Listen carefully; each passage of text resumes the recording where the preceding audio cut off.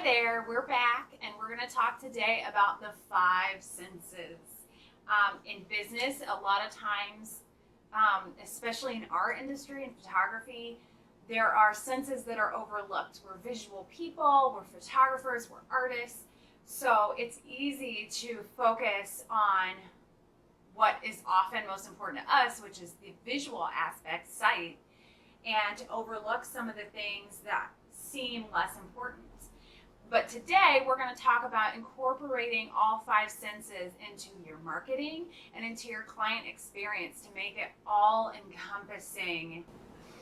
And envelop your consumer in good feelings. Sight. We've got sight covered. We're stylish people. We're visual people. We are wooing them with our beautiful imagery. Make sure that carries over into beautiful marketing and beautiful setup of your studio.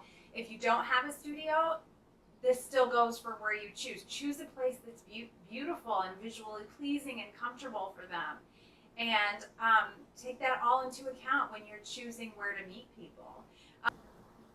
Sometimes really gorgeous places for photography don't necessarily look beautiful, so I try to prepare people for what they're going to see. If we go on location and the location itself isn't that great, but it has beautiful light or it has a particular flower or texture, something that you want to incorporate into your imagery, set that expectation for them so that they're not going to go out and expect a backdrop. They're going to you're going to invite them into your imagination, into your brain, and you can show them what you're seeing in the gorgeous light, in the colors, or whatever it is that you like about that space.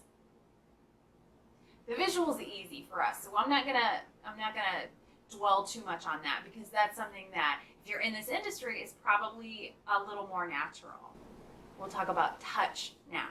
Everything in my studio is gonna be manhandled by a child because I am maternity, newborn, baby, family photographer. So I want my customers to come in here at every age and feel completely comfortable. Their kids can climb on stuff and touch everything, and they want to because it's beautiful textures, it's beautiful colors, it's comfortable. And there are a lot of different textures in the studio.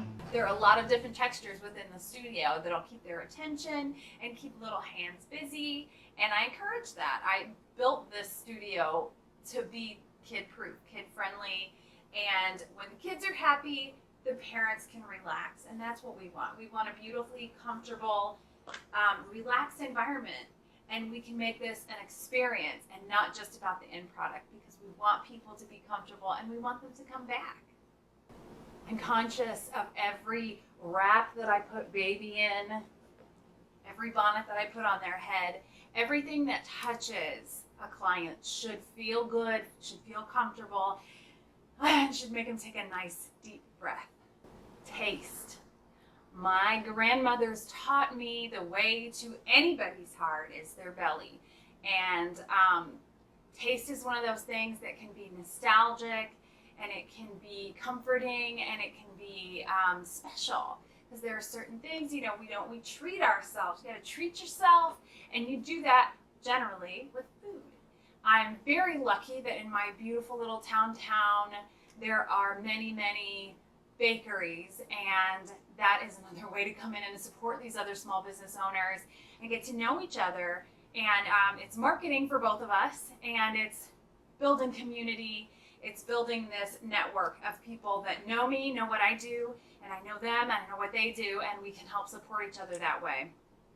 Every time anybody crosses the threshold of this studio, they know they're going to get fed. Even my tiniest clients will run in and say cookies, because that's what I do. I feed people. I give them something to do so that they're not sitting there feeling kind of awkward or feeling pressure. If a kiddo needs a break during a session, everybody's always welcome. Sit back, have a cookie, have a coffee. I mean, the adults can have a coffee. I don't give kids any coffee.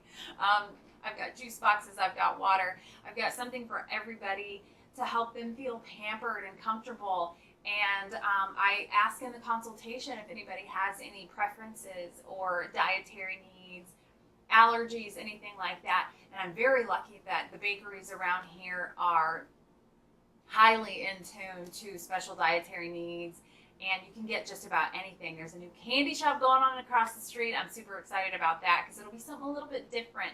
I do a lot of bagels and a lot of sugar cookies, things like that, if kiddo needs a break and then they're going to come back for more pictures afterwards, that they're maybe not covered in chocolate. We save the chocolate for the ordering sessions when they can. It's okay to get covered in chocolate. And I make that a part of the experience, try to personalize. I love it when somebody has a birthday and I can get them a little tiny cake, feed them, not necessarily for the photo shoot, but for them to take home or enjoy here, whatever, but it's not for pictures. It's just a gesture. And anytime that you can personalize a gesture like that is a great opportunity to make a connection. As I mentioned, I am a newborn photographer, and smell is what we will talk about next. That can be good, that can be bad. I have an air purifier, an air cleaner. It does a fantastic job. I have a relatively small studio, as you can see, so it does a fantastic job of cleaning that air and keeping it smelling fresh and free of any foul odors.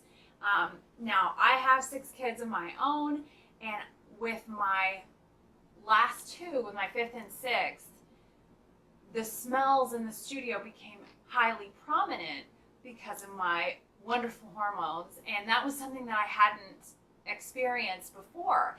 Well, I have a lot of maternity and newborn families coming in here that are also, a lot of those mamas are going to be facing those same hormones where smells are just so intense. So I've become more cognizant of the smells that I encourage. I love vanilla. I can smell vanilla all day long, but not everybody does. So I try to keep subtle, clean scents that they don't smack you in the face when you come in. They're a little more subtle and they're a little more palatable, regardless of where you're at hormonally.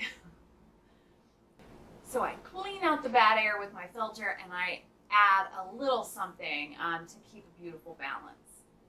Sounds. I'm down here, there's hustle and bustle in the downtown. There are cars driving by, sirens.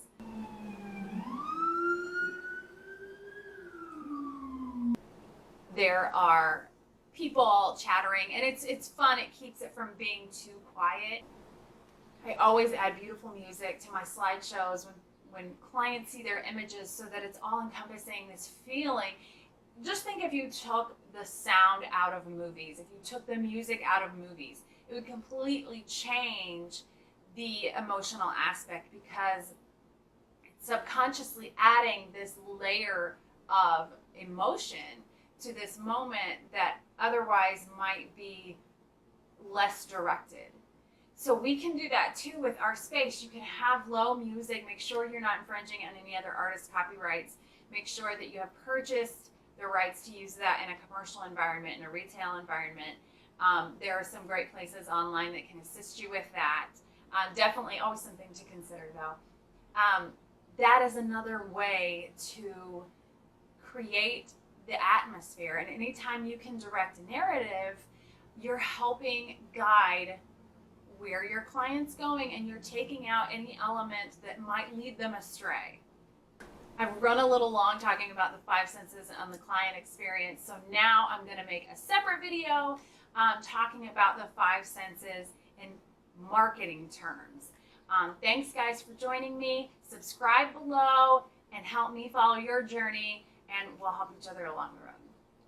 Thanks.